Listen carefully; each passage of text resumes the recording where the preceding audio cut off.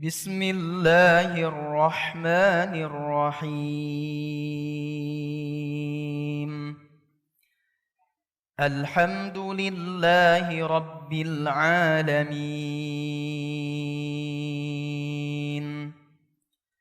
الرحمن الرحيم مالك يوم الدين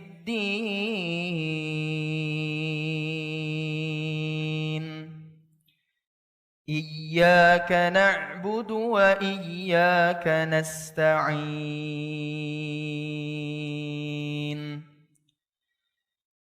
اهدنا الصراط المستقيم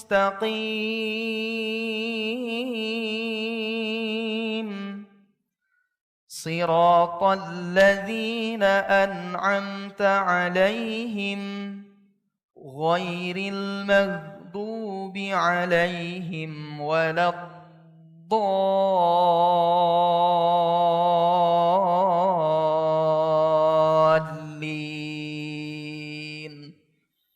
آمين.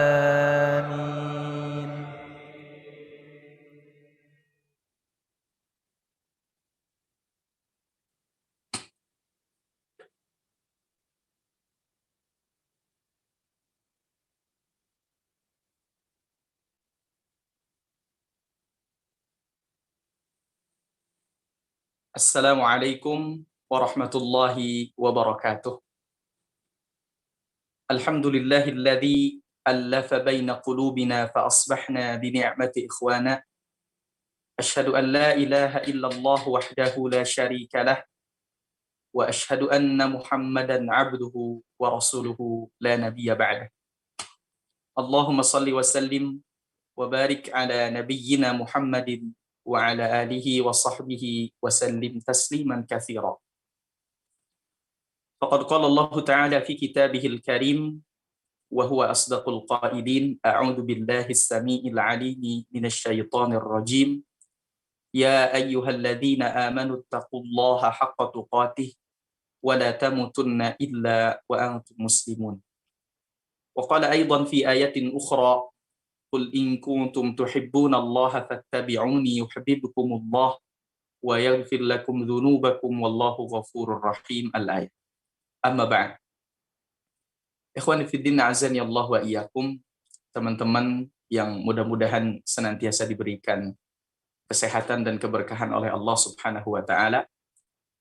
Pertama-tama dan yang paling utama, marilah kita panjatkan puji dan syukur kepada Allah Subhanahu wa taala yang masih memberikan kita berbagai macam kenikmatan, terutama nikmat iman, nikmat Islam, juga nikmat kesehatan dan nikmat kesempatan. Salawat dan salam semoga terlimpah curah kepada Nabi kita, yakni Rasulullah Muhammad sallallahu alaihi wasallam, kepada keluarganya, kepada para sahabatnya, dan semoga sampai kepada kita selaku umat pengamal sunnahnya. Amin ya rabbal alamin. Teman-teman yang dimuliakan Allah Subhanahu wa taala, pada pagi hari ini insyaallah kita akan berbicara tentang keutamaan menjaga, keutamaan memelihara sunnah Rasulullah Shallallahu Alaihi Wasallam. Apa yang dimaksud dengan sunnah? Para ulama menyampaikan bahwa sunnah itu bermakna kebiasaan secara bahasa. Secara istilah banyak sekali definisi sunnah yang disebutkan oleh para ulama. Di antaranya adalah ma udhifa ila Nabi sallallahu alaihi wasallam min qaulin aw fi'lin aw taqririn aw sifatin. Menurut para ulama ahli hadis, yang disebut dengan sunnah itu adalah ma udhifa ila Nabi sallallahu alaihi wasallam. Apa-apa yang disandarkan kepada Nabi sallallahu alaihi wasallam min qaulin aw fi'lin aw taqririn, baik berupa ucapan ataupun berupa perbuatan ataupun persetujuannya Nabi sallallahu alaihi wasallam, aw sifatin, atau sifat Nabi sallallahu alaihi wasallam. Dan sifat ini ada dua. Yang pertama ada sifat khalqiyah, yaitu sifat penciptaan, sifat fisik, dan yang kedua adalah khuluqiyah, yaitu sifat berupa akhlak. Dan inilah yang disebut dengan sunnah menurut ulama ahli hadis.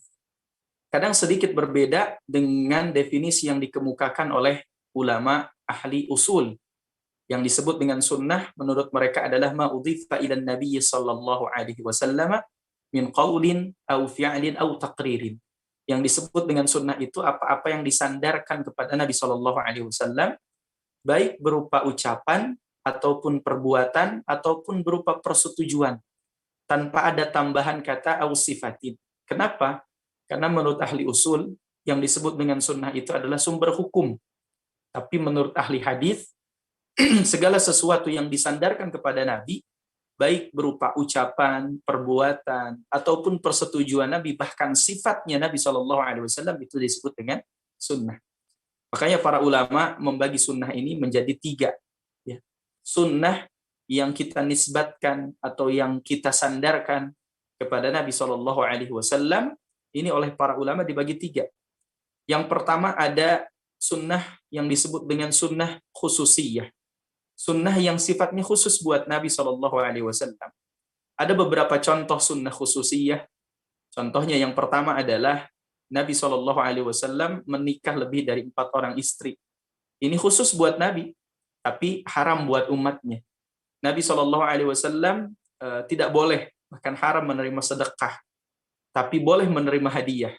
Ini khusus buat Nabi. Umatnya boleh menerima sedekah, boleh menerima zakat. Ya. Nabi SAW misalkan ketika berpuasa, kadang melanjutkan puasanya yang disebut dengan istilah puasa wisol. Ketika malam hari baru beliau berbuka.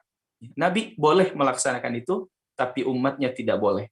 Nah inilah yang disebut dengan sunnah kekhususan, ya, sunnah khususiyah. Yang kedua, teman-teman sekalian yang dimuliakan Allah Subhanahu wa taala, kalau kita bicara sunnah, ada sunnah itu sunnah yang disebut oleh para ulama sebagai sunnah jibliyah atau sunnah berupa kebiasaan Nabi pada waktu itu, adat kebiasaan Nabi pada waktu itu karena sesuai dengan lingkungan masyarakatnya. Misalkan Nabi SAW di antara cara berpakaian Nabi adalah dengan 2 jenis pakaian. Yang pertama al-qamis, sebagaimana yang disebutkan oleh Ummul Mukminin, ibunda kita Aisyah radhiyallahu anha, ahabbu thiyabi ila Rasulillah sallallahu alaihi wasallam al-qamis. Pakaian yang paling dicintai oleh Rasulullah sallallahu alaihi wasallam adalah pakaian qamis, ya. Karena di kita huruf qaf itu sebagaimana ahli al-Khalij, ya, penduduk negara-negara Teluk merubah huruf qaf itu menjadi ga, ya. Maka qamis ini artinya gamis gitu, ya. Jadi gamis itu pakaian yang tertutup. Kalau istilah di bangsa Arab di zaman dulu, gamis itu adalah pakaian jubah. Tapi di sisi lain, Nabi SAW juga menggunakan pakaian, 2 helai pakaian. Yang pertama disebut dengan rida, bagian atas. Yang kedua disebut dengan al-izar, bagian bawah. Nah ini disebut sebagai sunnah jibliyah. Apakah Nabi juga pakai sirwal, ya, seperti yang kita pakai celana gitu kan? Di zaman dulu tidak. Wallahu taala a'lam, yang kita tahu, ya, yang kami tahu, Nabi tidak menggunakan itu. Tapi 2 pakaian itulah yang digunakan oleh Nabi SAW. Dan yang ketiga, teman-teman yang dimuliakan Allah Subhanahu wa taala, ada yang disebut dengan sunnah tasyri'iyah, yaitu sunnah berupa pensyariatan. Dan inilah yang kemudian yang harus diamalkan, yang harus diikuti oleh kita sebagai umat. Bagaimana Rasulullah Shallallahu Alaihi Wasallam salat, ya, maka Nabi sampaikan, "Sallu kama ra'aitumuni usalli." Salatlah engkau sebagaimana kalian melihat aku salat. Khudhu manasikakum anni. Ambillah manasik atau tata cara ibadah, baik manasik haji atau tata cara ibadah yang lain, anni, dariku, kata Nabi. Nah inilah 3 jenis sunnah yang disebut oleh para ulama. Jadi ternyata tidak semua istilah sunnah itu harus diamalkan, ya. Yang harus diamalkan adalah sunnah tasyri'iyah, sunnah berupa pensyariatan. Ada sunnah jibliyah, ada sunnah khususiyah, apalagi khususiyah itu kekhususan buat Nabi. Sunnah jibliyah, sebagian ulama mengatakan, misalkan Nabi SAW jibliyah itu sunnah berupa adat tradisi atau kebiasaan pada waktu itu Nabi pakai imamah ya. Para ulama mengatakan jika kita pakai imamah karena cinta dengan Nabi, maka insya Allah dapat pahala. Tapi kalaupun tidak, ya maka itu tidak mengapa, karena itu sifatnya sunnah jibiliyah, kebiasaan Nabi, ya kebiasaan ada tradisi yang dilakukan pada waktu itu, begitu ya. Dan ini sifatnya hukum asalnya mubah, hukum asalnya sunnah jibiliyah ini boleh. Nah, teman-teman yang dimuliakan Allah Subhanahu wa taala, ketika diberikan tema tentang keutamaan memelihara sunnah, mungkin yang lebih utama adalah sunnah yang disebut dengan tata cara bagaimana sunnah berupa tasyri'iyah. Walaupun nanti kalau kita bicara definisi lagi, ada sunnah menurut ahli fikih. Ya. Sunnah menurut ahli fikih adalah ma yuthabu fi'lihi wa la yu'aqabu tarkih. Jadi orang yang melaksanakannya mendapatkan pahala, dan orang yang meninggalkannya tidak mendapatkan dosa. Nah, itu sunnah yang kebanyakan difahami oleh kita sebagai orang Indonesia, gitu ya.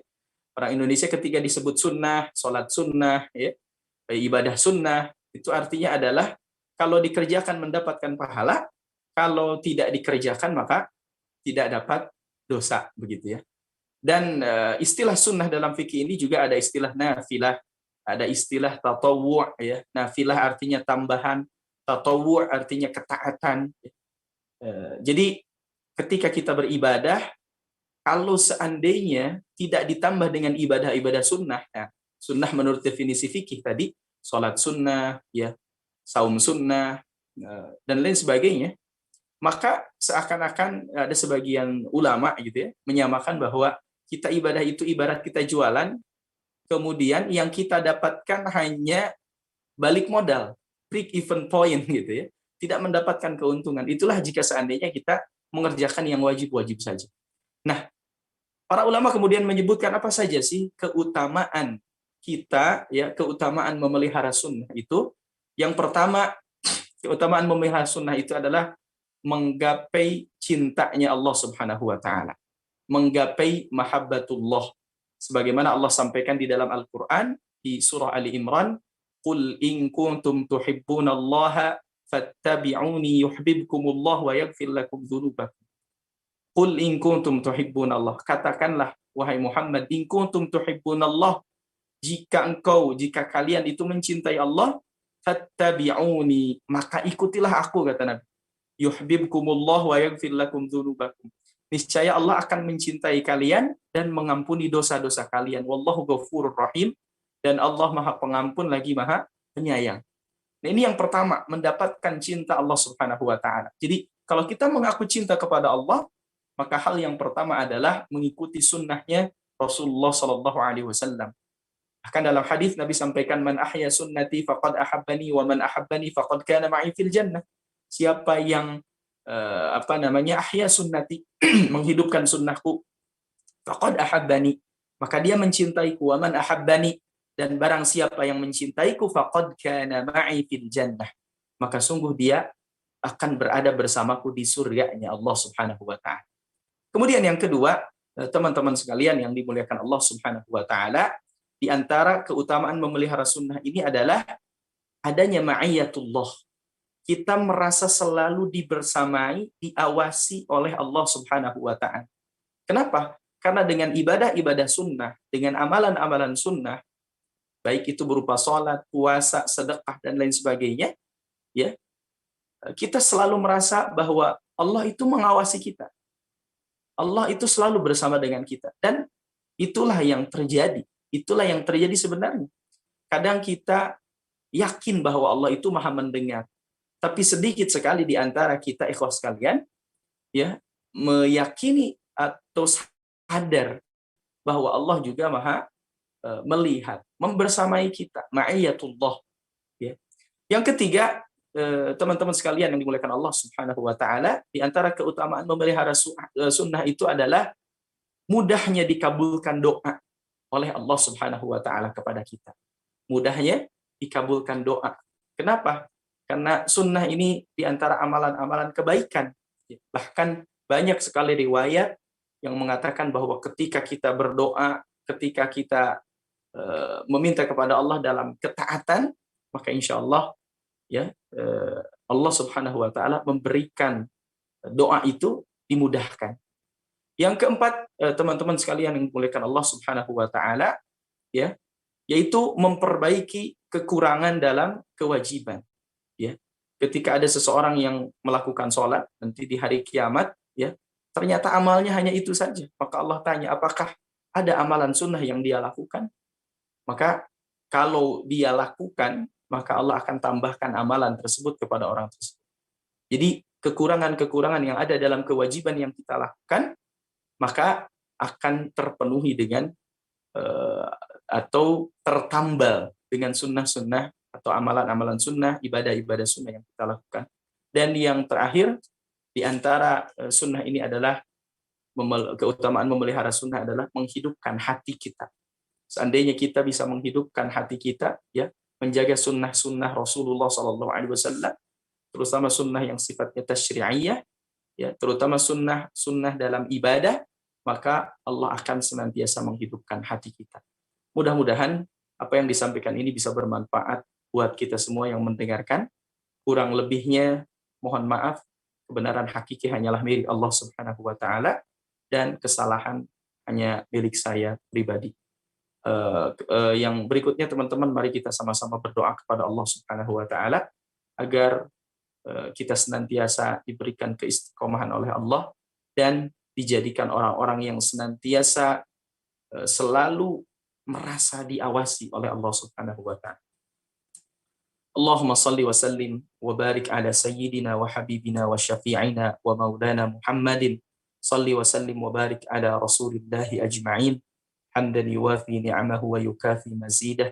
Ya Rabbana lakal hamdu kama yanbaghi li jalali wajhikal karimi wa azimi sultanik. Ya Allah, Ya Rahman, Ya Rahim, Ya Mujibas Sa'ilin. Engkau yang maha mendengar isi hati kami, ya Allah.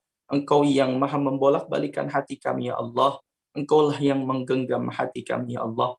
Ya muqallibal qulub, tsabbit qulubana ala dinik. Ya musarrifal qulub, sarrif qulubana ala ta'atik. Rabbi ighfir lana wa liwalidina warhamhuma kama rabbawna shighara. Allahumma aghnina bil ilmi wa zayyina bil hilmi wa akrimna bit taqwa wa jammilna bil afiyah. Allahumma inna nas'aluka ilman nafi'an wa fahman jayyidan wa amalan salihan mutaqabbalan wa rizqan halalan tayyiban. اللهم ادفع عنا الغلاء والوباء والفحشاء والمنكر والشدائد والسيوف المختلفة من بلدنا هذا إندونيسيا خاصة ومن كل بلدان المسلمين عامة. ربنا هب لنا من أزواجنا وذرياتنا قرة أعين واجعلنا للمتقين إماما. اللهم انصر إخواننا المسلمين في فلسطين. اللهم حرر المسجد الأقصى من كيان الصهيوني. اللهم لا سهل إلا ما جعلته سهلا وأنت تجعل الحزن إذا شئت سهلا. ربنا ظلمنا أنفسنا وإن لم تغفر لنا وترحمنا لنكونن من الخاسرين. ربنا تقبل منا إنك أنت السميع العليم وتب علينا إنك أنت التواب الرحيم. ربنا آتنا في الدنيا حسنة وفي الآخرة حسنة وقنا عذاب النار. وصلى الله على سيدنا محمد وعلى آله وصحبه أجمعين. وآخر دعوانا أن الحمد لله رب العالمين. هدانا الله وإياكم أجمعين. أقول قولي هذا فاستغفر الله لي ولكم. ثم السلام عليكم ورحمة الله وبركاته.